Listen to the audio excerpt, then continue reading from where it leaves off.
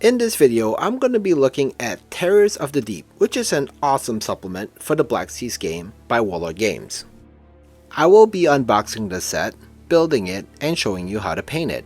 Now when you open the box, the first thing you'll see are this deck of cards. It covers all the stats for the Megalodon, the Kraken, the White Whale aka Moby Dick, the Leviathan, and then also two other creatures, the Giant Narwhal and the Sea Serpent. There's also a nice handy rulebook that explains how to play all 6 creatures, and then there's this section on a ghost ship which I will cover in a separate video. There's also a really cool scenario at the back of the book. Inside the bubble wrap protective envelopes are all the resin and pewter pieces. When you take them out, you will get Mr. Moby Dick right here, the Sea Serpent which comes with a separate head, then the Giant Narwhal, the Megalodon, and then going into the other bubble wrap, you get the Giant Leviathan, and then the Kraken. Also, the metal parts include the tentacles for the Kraken, and then this little horn for the Giant Narwhal. The instructions recommend cleaning the resin with some soapy water, and we'll do just that right now. In a container, put some dishwashing detergent and then put hot water into the container. After that, just dunk all your parts, metal and resin alike, and let it sit there for at least 10 minutes. After that, make sure your sink is stopped so that any small parts don't just fall down the drain, and then rinse the parts out at least 2 to 3 times so that all the soap is no longer on it. After that, just put it on a paper towel or something similar and just let it dry.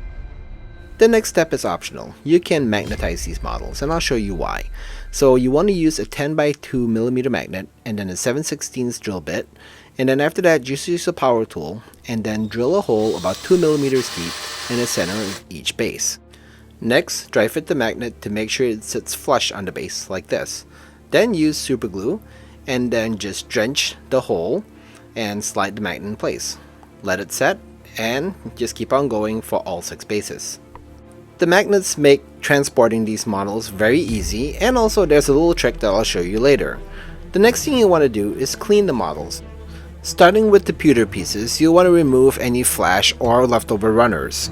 So you go ahead and use a modeling knife or trusty box cutter, and then just remove parts like this, like these supports, resin supports, and then also some excess material here, like at the very base of the neck of the Sea Serpent. Clean it off. Also, around the bases there will be flash right here. Inspect all your models, and whenever you see the flash, just use your knife and gently remove them.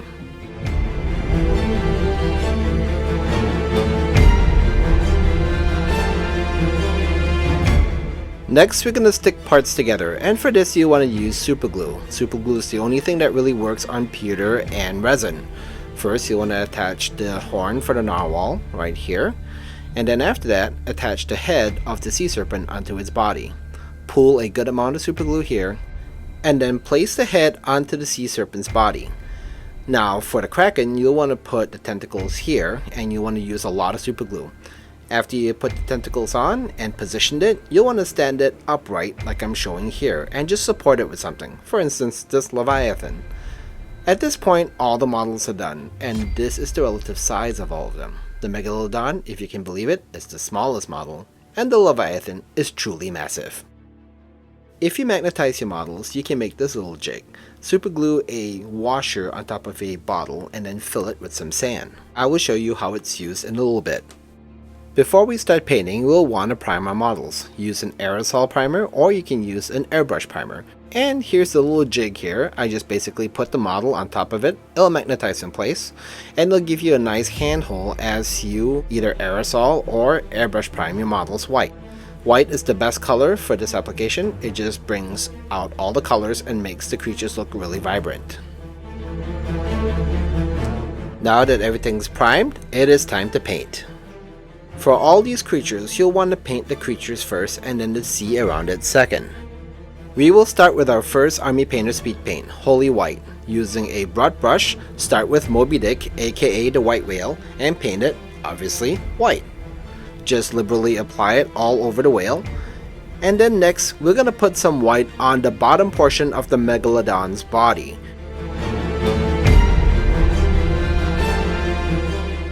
I also paint holy white all over the body of the giant narwhal.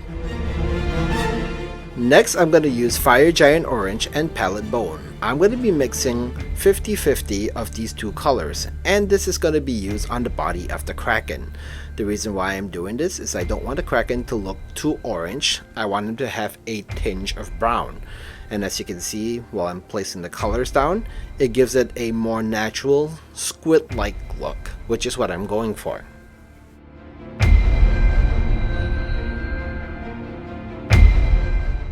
Next, I'm going to use just the Palette Bone speed paint, and this only goes on one area, the long horn of the giant narwhal. Next, I switch to Cloudburst Blue speed paint, and this goes on the top portion of the megalodon. This is a really great color for a shark looking creature. It gives it that very dull, dark blue appearance on the top. And then after that, after you apply this color, you'll want to keep a slightly wetter brush and then just kind of blend in the sides to make it look like a real shark. For the top portion of the sea serpent, I'm going to be using Plasmatic Bolt. It is a very unique looking bluish green color, and it works really well on the sea serpent. Now as I'm applying this, you don't just apply it onto the fins on the back, but also several scales into it on both sides like I'm showing here. So it's going to be a wide band across the top, and later on we'll be putting purple on the bottom. And for the purple, I'm going to be using Hive Dweller Purple, another speed paint from Army Painter, and then I just apply it straight onto the model on the areas that I did not paint green earlier. Now as I'm applying these colors, I try not to get it underwater. However, one of the beauties of putting the colors of the creatures first is if you do get it underwater, it will just look like reflections of those colors on the water when you put the blue afterwards, and I'll show you in a little bit.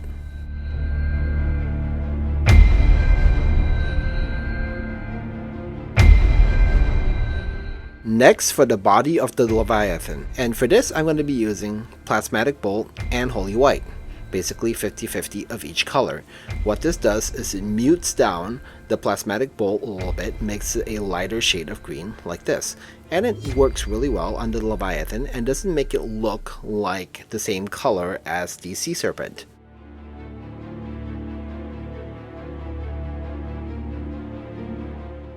For the bottom half of the Leviathan, I wanted to make it look a little bit bluer, so I'm going to be using Magic Blue and mixing it 50-50 with the color that I had used earlier. This makes the blue a little bit more muted. It also makes it lighter so it doesn't look like the blue that I'm going to apply later for the water. I wanted this area to look even lighter, so I applied Holy White Speed Paint on top of the blue area. Notice that I'm putting the white speed paint only on the raised areas, but leaving the recesses as is. Next, I'm going to be working on the giant narwhal, and I'm going to be using Gray Flood Gray speed paint and a really crappy old brush and just kind of spotting the top of the narwhal like this. Now after I'm done spotting, I'm going to switch to a regular brush and just apply a little bit more solid gray on the very top. This creates a layering effect of a solid color on top and spots on the sides. Next, I use Slaughter Red Speed Paint, and with a pointed brush, I apply some red into the insides of the mouths. For instance here, with the white whale, I apply it onto the inside of his maw, and then the same thing for the megalodon. You would do the same red treatment for the tongue and the mouth of the sea serpent and the mouth of the Leviathan. For all cases, you want to make sure to not paint the teeth. You want to leave those as white as possible. Next, for the ocean around the creatures. For this, I'm going to be using Magic Blue Speed Paint. And then with a broad brush, I liberally apply it onto all the water areas around the creatures. Now, if you slightly overlap onto the creatures, it's not a big deal. This is one of the reasons why I prescribe doing the creatures first and the water second. Obviously, some of this paint might get on the creatures, but at the same time, they're in the ocean and they're getting wet. So a little bit of blue water on them really doesn't look out of place. Also, the Magic Blue on pure white primer looks great, because it naturally shades into the darks of the ocean and then onto the whites of the whitecaps. It's a very natural look. The one caution I do have is when you're working on the Kraken, you want to be a little bit careful. A little bit of paint onto the tentacles is fine, but there's just a lot of parts protruding out from everywhere. So when you get close to the Kraken, slow down a little bit and make sure you don't overlap the blue paint onto it too much.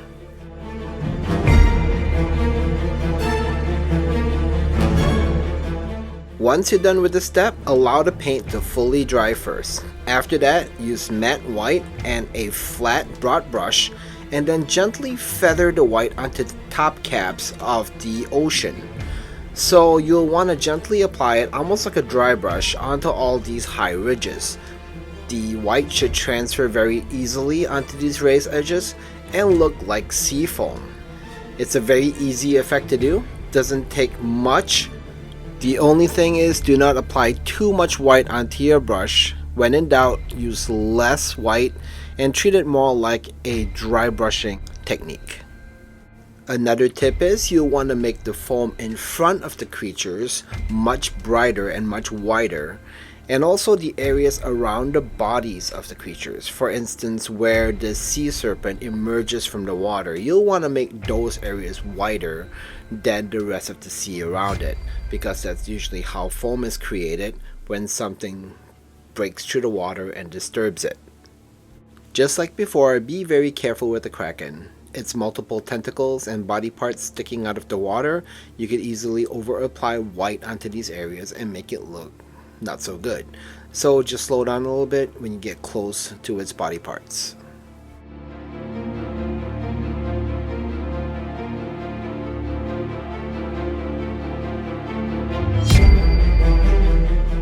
Next, I'm going to put some spots on the Leviathan using blood red speed paint, and then with a pointed tip brush, apply it in small dots, uneven dots, random dots, on like these raised sore areas on the sides of the Leviathan. And then after that, you can also use this color to put spots on his fins. Like over here on the very top dorsal fin, you can spot it all the way across, very similar to what was shown in the box art. That's really where I got this inspiration from. Apply it on both sides, and also onto the little fin areas at the front of the head. For the dark, soulless eyes of these terrors of the deep, I'm going to be using Grim Black Speed Paint and pooling it into the eye sockets of all the creatures.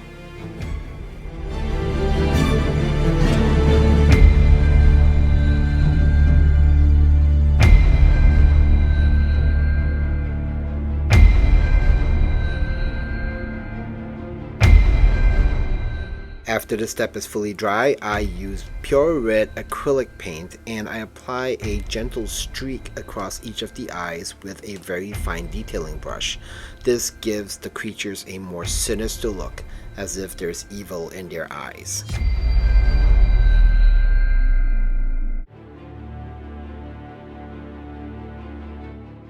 As I was painting, I noticed that the Kraken had a very monotonous color scheme to it, so I'm going to be applying some lava orange with a makeup brush and kind of semi-dry brushing it onto the tall, more protruded areas of the Kraken.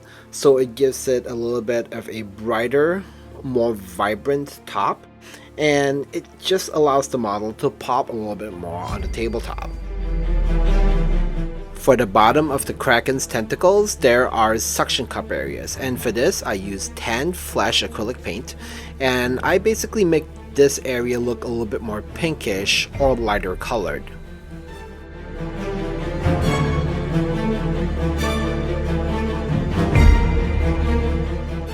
I'm going to be moving on to washes, specifically strong tone wash from Army Painter, and this I apply on all the teeth of the creatures. One of the best things about this wash is that it allows all the teeth to be accentuated and separated, giving it nice 3D definition and making these creatures look truly vicious. As a tip, while you're working on the Leviathan, his teeth tends to be fairly big, so after you apply the wash, if it looks a little bit dark, use a clean brush. You can clean it off with some water and then just gently go over the larger areas like this and just clean off some of the wash so that the white is able to shine through again and to make it look less dull. The last color I'm going to use is Skeletal Bone, which is an acrylic color from Army Painter, and I apply this onto all the horns and spikes that are coming out of the sea serpent's head. This is a very simple and muted accent color, but it does add a lot to the model. After this, you're all set. Protect your work with 2 layers of matte clear varnish. Here are all the Terrors of the Deep for the Black Seas game fully painted. These were really fun models to work on. I really love them, and Army Painter Speed Paints truly excel with organic models like these. Now your sea creatures are ready to wreak havoc on the tabletop. Are they historic? No. Are they realistic? Even more no. But are they fun? Heck yeah. I hope you enjoyed this video as much as I enjoyed making it. Happy hobbying, happy gaming, and I will see you in the next video.